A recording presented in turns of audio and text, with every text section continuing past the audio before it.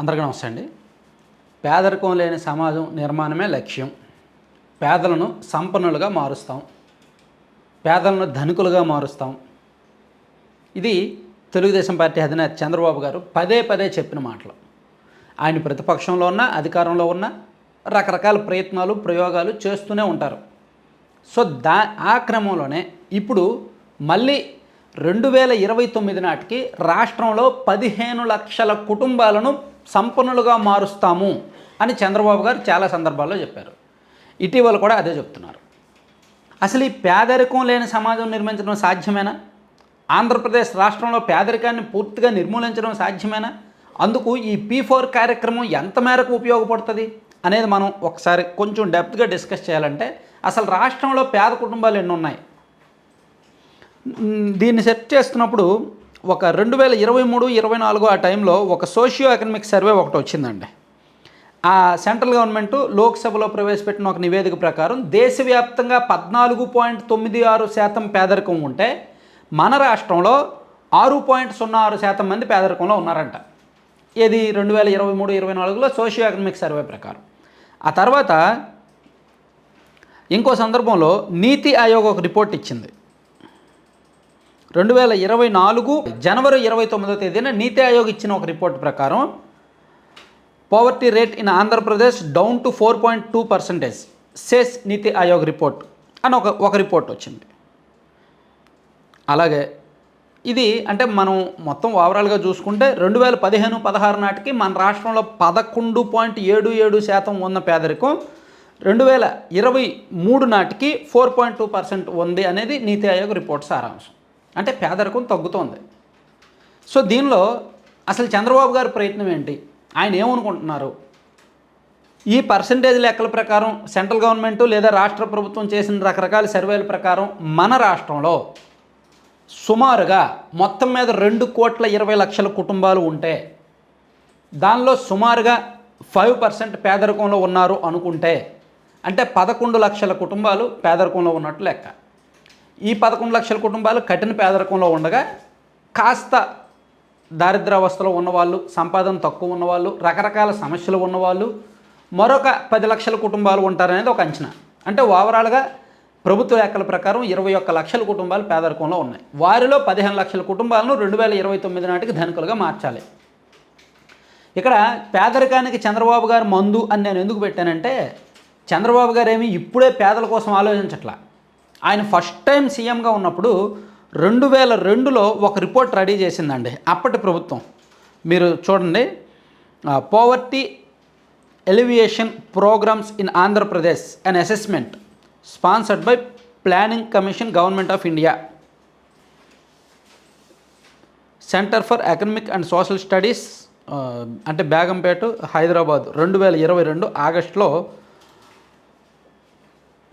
అంటే అప్పుడు సీఎంగా చంద్రబాబు గారు ఉన్నప్పుడే రాష్ట్రంలో పేదరికం మీద ఒక అంచనా రూపొందించి రూరల్ పోవర్టీ ఎంతవరకు ఉంది, గ్రామీణ ప్రాంతాల్లో పేదరికం ఎంతవరకు ఉంది, అర్బన్ ఏరియాస్లో ఎంతవరకు ఉంది, దీన్ని నిర్మూలించడానికి ఏం చేయాలి అనేది ఆలోచించి రకరకాల ఈ డ్వాక్రా సంఘాలు అయితేనేమి, అలాగే సెల్ఫ్ హెల్ప్ గ్రూప్స్తో పాటు దీపం పథకం తీసుకురావడం అయితేనేమి, అసలు రూరల్ ప్రాంతాల్లో ఎడ్యుకేషన్ డెవలప్మెంటు, స్వయం ఉపాధి రుణాలు లాంటివి ఇలాంటివన్నీ తీసుకొచ్చారనమాట.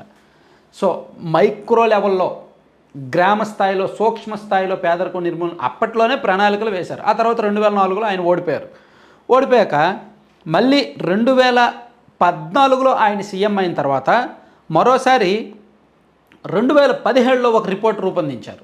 2017లో మీరు చూడొచ్చు, Andhra Pradesh multi dimensional poverty index report 2017 అని విజన్ 2029లో భాగంగా అప్పట్లో 2014లో చంద్రబాబు గారు సీఎంగా గెలిచాక విజన్ 2029 తీసుకొచ్చి పేదరికం లేని సమాజం అనే సందర్భంలో 2017లో ఒక డాక్యుమెంట్ రూపొందించారు.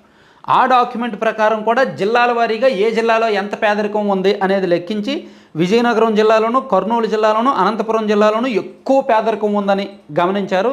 ఆ తర్వాత ప్రకాశము, కడప, కృష్ణా జిల్లా, విశాఖపట్నం జిల్లాలో కూడా కొంతమేరకు పేదరికం ఉంది అని గుర్తించారనమాట.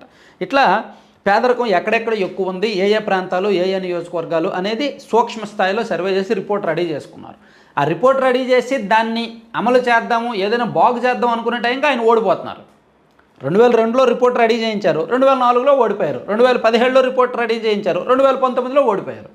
సో ఇప్పుడు అలా కాదు, ఆల్రెడీ రిపోర్టుల దగ్గర ఉన్నాయి, మళ్ళీ రిపోర్టుల పేరుతో కాలయాపన చేయాల్సిన పని లేదు. P4 అనే కాన్సెప్ట్ ఇమీడియట్గా తీసుకొచ్చారు. ఈ P4 ద్వారా అర్జెంటుగా మార్గదర్శులు అండ్ బంగారు కుటుంబాలు, మార్గదర్శులు అంటే సమాజంలో డబ్బులున్న వ్యక్తులు, కార్పొరేట్ సంస్థలు, పెద్ద పెద్ద వ్యక్తులు, వాళ్ళందరూ కూడా మార్గదర్శులుగా వస్తారు.